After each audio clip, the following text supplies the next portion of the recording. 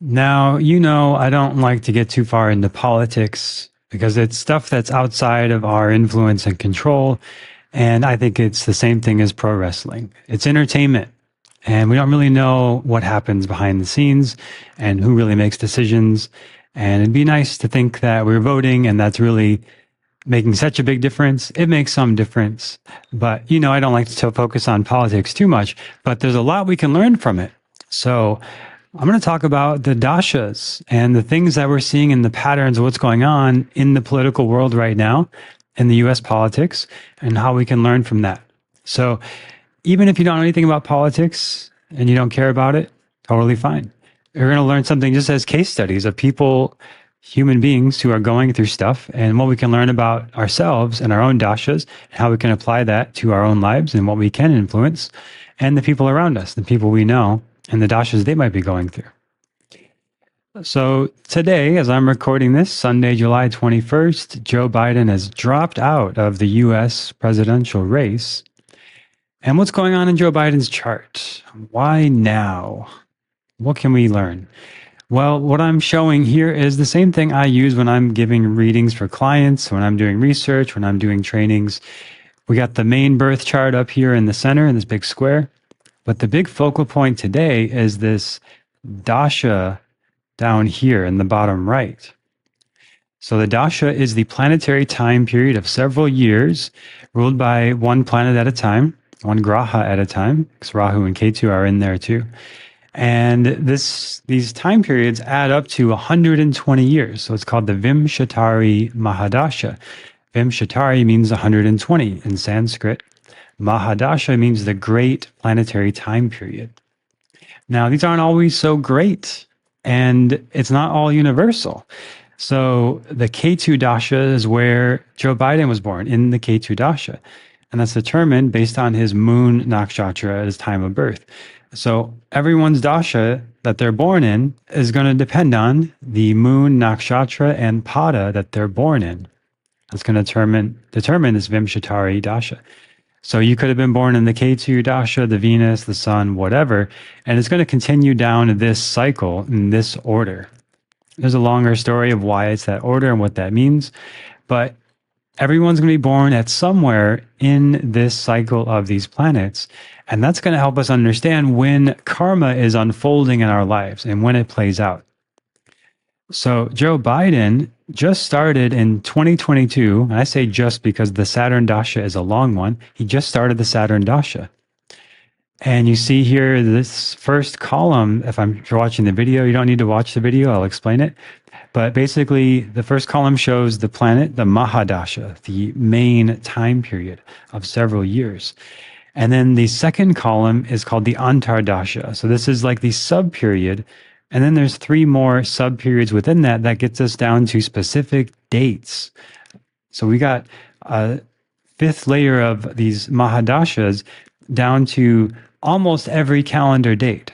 You know, there's a lot of variables exactly how that's calculated, but almost every day. You see here, like there's a sub period on July 10th and then July 12th, 14, 16, 16, 18, 19, right? So basically, we can get down to exactly what's going on any particular day and what energies that are at play. But the big thing, the thing that really matters is the Mahadasha. So he's in the Saturn Mahadasha since September 21st, 2022. And that's when he started this new phase of life. And there's something called the Dasha Sandhi, or the transitional period, from the end of one Mahadasha to the beginning of another. And he is in that Dasha Sandhi time, which is a very transitional time, very uncertain time. So whenever you are going through a Dasha Sandhi, things are uncertain, unclear, and there's a lot of possibilities, a lot of potential, but also a lot of uncertainty and instability. It's often quite ungrounding, and you're starting to question a lot of stuff. Is this the right path? Should I be doing this? Should I be doing that?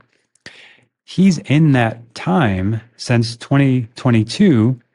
Specifically, the Dasha started, but the Dasha Sandhi actually starts a bit before that. So if we go back to when he was in his Jupiter Dasha in 2006 until 22, and it was April 27th, 2020, when he started his Dasha Sandhi now, transitioning into Saturn.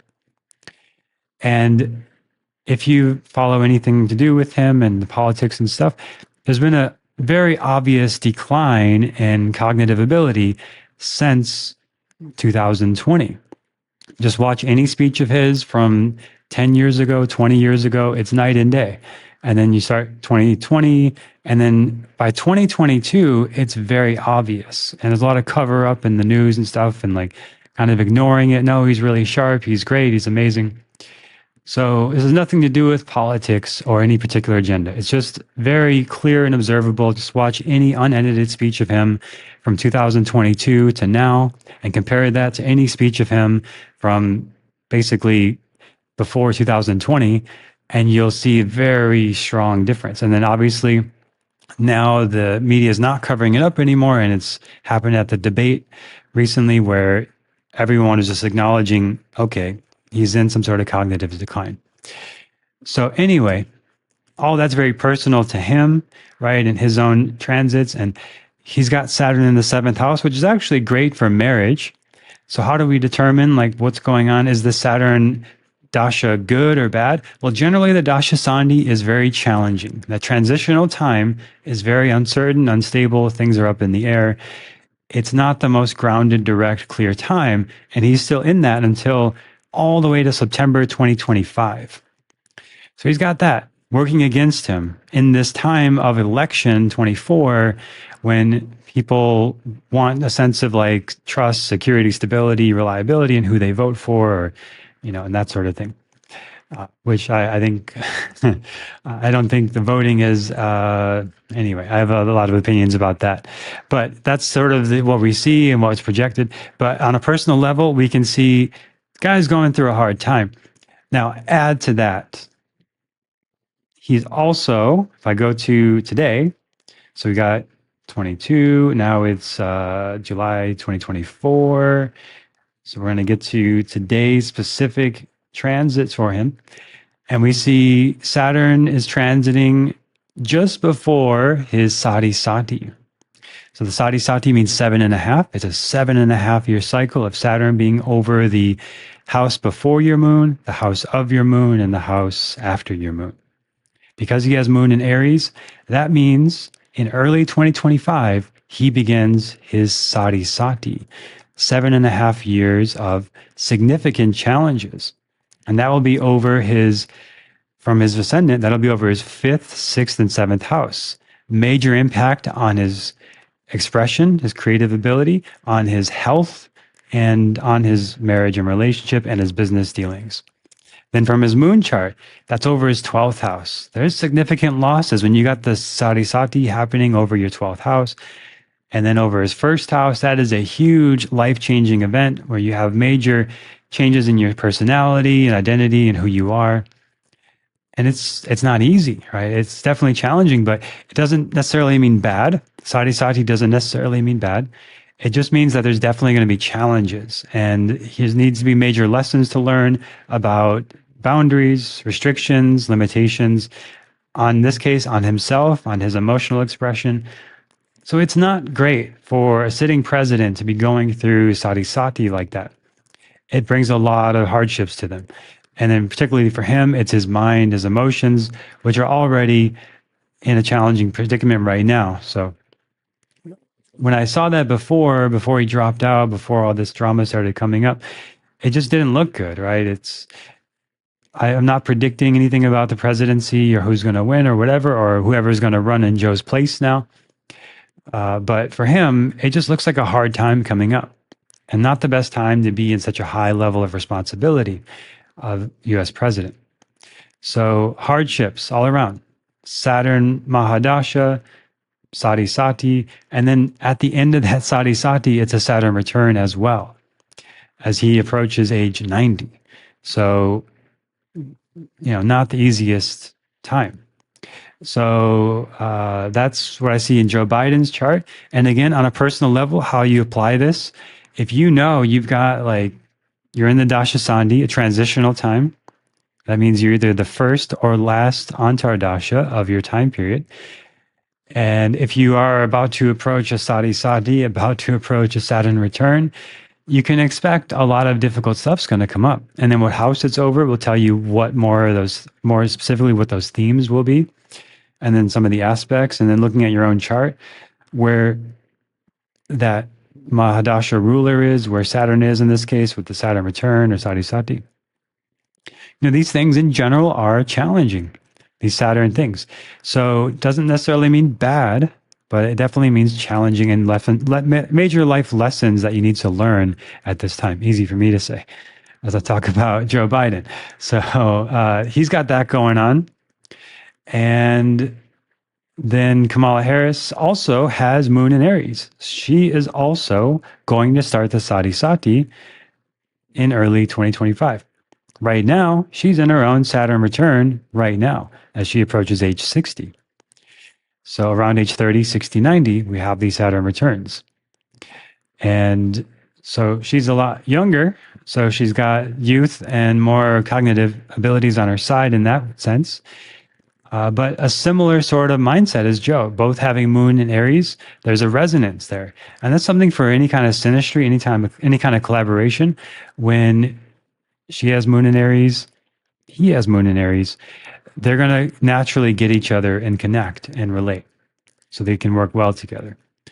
Now, she's in the Rahu Dasha, which is over her first house, which is in Gemini, which is a very common, prominent placement for people in politics. Gemini needs to be able to be charming, charismatic, say the right thing, and politicians need to do that. Need to understand a lot of stuff. Gemini is generally quite intelligent, so needing to understand a lot of different concepts, learn quickly, pick up things quickly, talk fast, things like this. So Gemini is a very common placement among politicians, people who need to use these kind of skills. So she has Rahu Dasha now, where Rahu is in Gemini in her first house. And that's been happening since 2012. And that continues until 2030. So she's in this cycle where she'll probably remain prominent in politics to some degree, whether it's president or not. But having Moon in Aries might make her feel similar to people who are already going to vote for Joe Biden. So if she becomes the candidate, they might resonate with her. I don't know. I'm not predicting or looking at that of like who might actually be the Democratic nominee. That's a different topic. But just for this, I just wanted to point out some of these things happening. So having her Saturn return, which is now over her 9th and her 11th houses, puts some stress on her in the public spotlight, especially the 11th house, which has to do with notoriety, fame, and things like that, where she's under a higher level of scrutiny, which is common when you're in a high political position. And she's going to have Saturn move into her 10th house of career and government when this transit comes up in early 2025. So getting Saturn in its own house, essentially, Saturn likes to be in the 10th house, does well for government. That could be very favorable for her to have a government role at the time and do well in creating more structures and systems in government with Saturn in the 10th. But just generally, it doesn't seem likely that she would be the one to beat Trump in his current level of popularity and recognition he's having right now, following the assassination attempt, which is something that I'm still researching more and recently did some research with my advanced students. We've got some interesting stuff looking at past assassination attempts and assassinations to see patterns. And one of the interesting things that we've found so far in this is people who survive assassination attempts have some level of like positive Venus placement in their chart on that day when it happens. And he had this Venus return in his chart, Venus in Cancer. So that's sort of supporting him, protecting him in a way. In his 12th house, where Venus likes to be in the 12th house. So that's a positive energy there, supporting him again. Around 12th house is losses. So he's got this protective energy from losses on that day. And this is something we were finding in our research with other assassination attempts, some sort of positive, harmonious, supportive Venus placement versus where actually there was an assassination, more negative Venus placements like Venus in Kritika nakshatra, which is a much more difficult placement. So he's in this Jupiter dasha. What does it mean when you're in your Jupiter Mahadasha? Well, generally it's considered more auspicious, favorable, a lot of growth and expansion, but it's going to depend on where it's placed in your chart and how it's placed. For him, it's in Virgo, in Chitra, which for him throughout his whole life, Chitra is the architect. Jupiter is expansion and growth. And he's created an empire. Before he was president, he had his Trump Towers, all these things, casinos, his name on all these things. A lot of success, owning like very high value real estate, things like that. And that architect kind of energy of creating a lot of success in his life. Whatever your opinion of him, right? That's just a factual statement, right? People get so charged about political people. It's just factual statement that he had a lot of success in creating things and businesses and towers and buildings and things like that, which is very much a Jupiter and Chitra kind of ability, especially on the Virgo side, which is good at negotiating logical conclusions, and figuring out deals, things like that, financial agreements, things like that. And that's ruled by his Mercury in Gemini. So again, strong Gemini placements do well in politics. Mercury's in its own sign, very good place for Mercury. And in the 11th house is that sort of fame and recognition. So he's going to be known and seen as somebody who can negotiate, who's charming, charismatic, things like that. Again, regardless of your opinion of him, there's a sort of good comedic timing with Mercury and Gemini, things like that. He's got a good sense of humor, stuff like that. Those things are objective, right? So if you totally disagree, whatever, I don't care about the political opinions and things like that, or judgments people have about people. When I'm looking at astrology, I'm just looking at patterns and looking for understanding the person underneath the personality and underneath whatever projections or judgments or labels people have on those people. Because you're going to meet people with similar charts. Right? We're all going to encounter people who have Mercury and Gemini in the 11th house at some point. And just because we don't like one of them doesn't mean that they're all going to be a certain way, or if you have an opinion about one, doesn't mean it's going to be true about everyone else. But there are general patterns and predispositions we can find here. So obviously, Sun in the 10th house, that's considered directionally strong. That's very positive for government roles, for leadership roles. Rahu in the 10th, also very strong for that. So he's got a very strong 10th house for government and politics. And then having Ketu in the moon over here in the 4th is actually very ideal for the moon to be in the 4th house. Does very well there for family things. I don't know too much about his family, but it seems like he's got somewhat healthy relationship with his family. Like his kids and grandkids were at his the convention thing they did and supporting him. I don't know. They put up to it, whatever. Political stuff, there's always lots of smoke and mirrors. You don't know what's really real. But generally, I would say if you got moon in the 4th house, that's going to be positive for the family. But it is with Ketu and Scorpio. So there might be some secrets and stuff there and shadowy stuff there. And there might be more than we're seeing on the public perspective. Generally the true for any politician.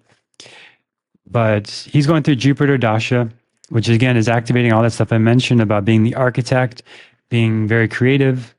And that started in 2016 when he first became elected president. And now it's continuing all the way to 2032. So he's more in the middle of a dasha, just like Kamala Harris is. His is generally quite favorable here. And it's in the Ketu part of that, Jupiter Ketu. So he's in a time now where Ketu can represent losses and unexpected intense events, since Ketu and Scorpio for him. So it makes sense. He might have some unexpected losses or intense events in this Dasha time from October 2023 till September 2024. So we still got more time with that. And there could be more surprising, unexpected changes and sudden ups and downs, like the attempted assassination, now like Joe Biden dropping out of as his opponent. There's probably still more to come until September. And then you'll go into the Venus Dasha. So Jupiter, Venus time, and Venus is in the 12th house. Now, Venus does well in the 12th house in general. but the 12th house does represent losses. So I haven't looked into anything about the election date or predicting any of that yet, but he'll be in that dasha all the way till 2027, carrying through. So I'll look into this more. I'll do some more research. I'll probably have another episode about election and stuff like that if people are interested. But that's interesting where he goes into that Venus time is going to activate the 12th, which Saturn's there. So that helps support government roles as well. But I have to look into it more because generally activating the 12th house can indicate losses. And activating Venus on the 12th is more positive. And then having this Saturn energy there brings more of that government energy. So maybe it could be that he ends up winning the presidency, but I don't know. Depends. We'll see who his opponent is. Maybe that will add some more spice to this drama. And I think they've done a good job of, if there's a cosmic order to this election, making it very interesting. They've got whatever the universe or the handlers or however it works, it's done a good job of making this election more interesting now. Because when it was just the debate night and Biden and Trump again in 2024, these old guys again, it was like, what? What is happening? But now there's a lot of drama, a lot of intrigue around it. So people are paying attention.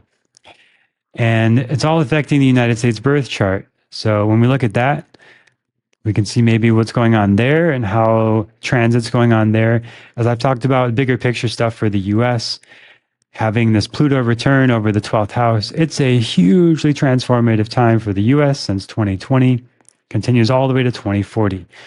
So I think we are still in these times of major political divide, needing to negotiate a lot of different values of the country and things like that, possibly major amendments to the Constitution in this time, because the last time Pluto was there was when the US Constitution and the Declaration of Independence was created in 1774.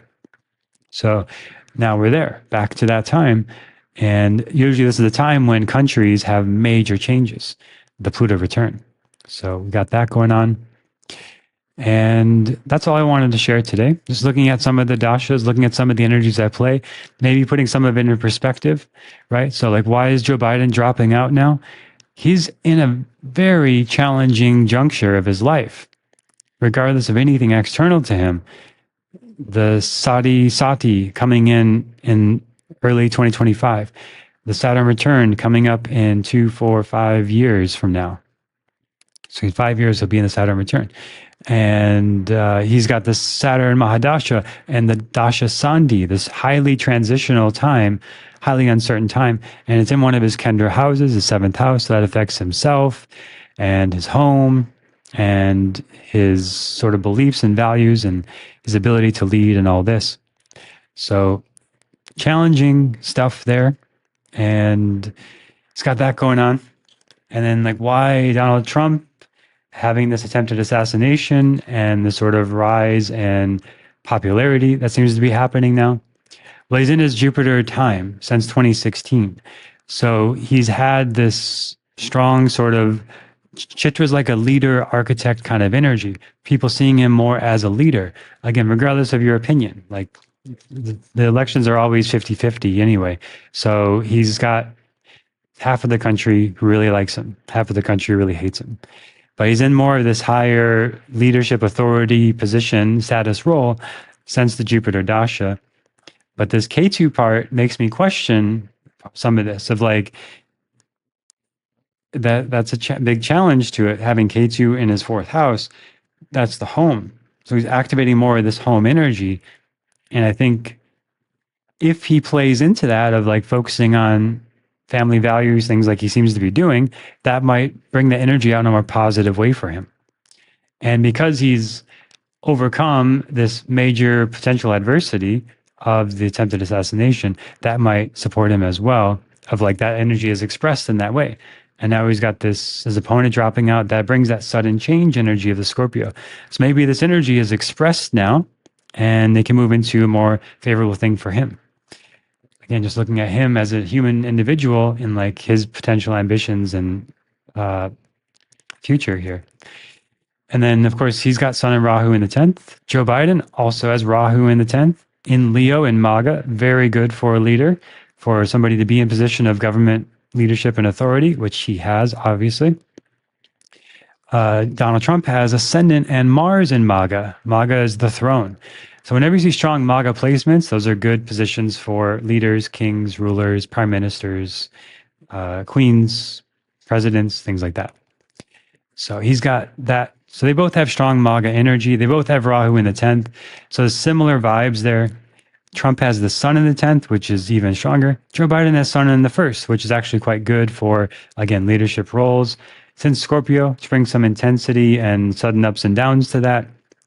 And he's got Mercury and Mars in the 12th house, which is generally a bit challenging for Mercury and the communication realm, which wasn't such an issue for him in the past. But it's become more active in him now at this point, as he's got Rahu and Neptune over his 12th house. He's got Rahu was transiting there before, aspecting his 12th house. Ketu was over his 12th house about 2 years ago when he started this new Saturn Dasha. And we've really seen like a steep decline in cognitive and speech abilities since he had Ketu move over his 12th house 2 years ago. And now he's got Rahu over the 12th, right? So that's not so wonderful either for him. So yeah, challenging times for him. And not as much for Trump right now. All right, so he's got more favorable energies. And then we'll see whoever runs as his opponent. I'll look at their chart. We'll see what we find and look at that. Last election, 2020, was very similar in the transits to the election of 2000 when Al Gore won the popular vote, but he actually conceded and said, I'm not going to deal with, I'm not going to go through all this rigmarole and try to prove that I won and just give the election to Bush, which was close anyway. Could have drug it on or whatever. That's at least the official story we know. So anyway, either way you look at it, there was controversy around the 2000 election, and it was happening during a Mercury retrograde. The next time an election happened during Mercury retrograde was 2020. Very similar stuff. A lot of monkey business around the election, shady dealings, what's going on, people questioning it. And, that came to be what it was as well. So there was also a lot of uncertainty and things like that with that election. So that was 2020 and 2020, 2000 and 2020. But now in 2024, I haven't looked at the astrology for that election date yet. Maybe we'll find some patterns, look back through past elections, see if we can find some patterns. But I don't really care that much, honestly, about that because it doesn't directly affect us as much as the news and media wants to say it does. Like, just if you turned off the news and didn't know anything about politics for the next 4 years, your life would probably be a lot better than if you paid attention and kept following politics over the next 4 years. In my opinion, right? If you find value in it, if you find it helpful, you want to be informed, great. But a lot of that is a lot of noise and a lot of drama. And it's 100% the same thing as pro wrestling. Just like this person versus that person. And can you believe what he said? And she said this, and we're going to go and bring this into the House and now the Senate. And, it's going to get vetoed and pushed back and forth. And we're going to try to impeach this person. And just a lot of energy. And if you enjoy the drama as entertainment, great. I enjoy pro wrestling as entertainment, knowing it's all just people play acting together. It's a story. But I don't get invested and think this person is actually trying to hurt this person or beat this person. But in politics, people do, and they think they're actually doing something. The actual decisions are usually made in very, very, very boring policies, and the president has some influence on that. There's nice checks and balances in the U.S., but lobbyists have way more influence on all this. Same, there's just so many deep rabbit holes I could go into all that. And maybe you disagree, it's okay. You're all entitled to our opinions. I like to focus on, okay, what can we learn from the observable patterns and try to stay true to what we know to be true of the situation. In politics, there's a lot of smoke and mirrors, and a lot of things aren't exactly what they're presented as. But we try to get to the truth of it, try to see what people present us, right? It becomes very obvious, is somebody actually charming and charismatic, or is somebody obviously lying, or somebody seemed like they mean what they say, I get the feeling certain people do mean what they say and they feel genuine. Certain people seem to be reading a teleprompter and don't seem to really have a logic or truth behind what they say. And I think we can all pick up on that, right? So just through observing what we see, we can find patterns and better understand ourselves and how these energies might be playing out for ourselves and people we know, and how we can best work with that and make real influence and make real change into the relationships around us and the things that we create in our lives and the things that we actually can influence. Because just going to a voting booth once every 4 years and pushing a button is nothing compared to what you can do and just being involved in your community, contributing to causes you care about, creating the change you want to see in the world, just like Gandhi said. And that might involve politics if you're involved in that. It might be just a more personal thing. So, anyway, you get it. You know my opinion about politics at this point. So, hopefully, this gave you some perspective on some of the energies going on right now and how it might apply to your life as well, what you can learn from it. And that's all for now. Look forward to sharing more with you next time on the Quiet Mind Astrology podcast.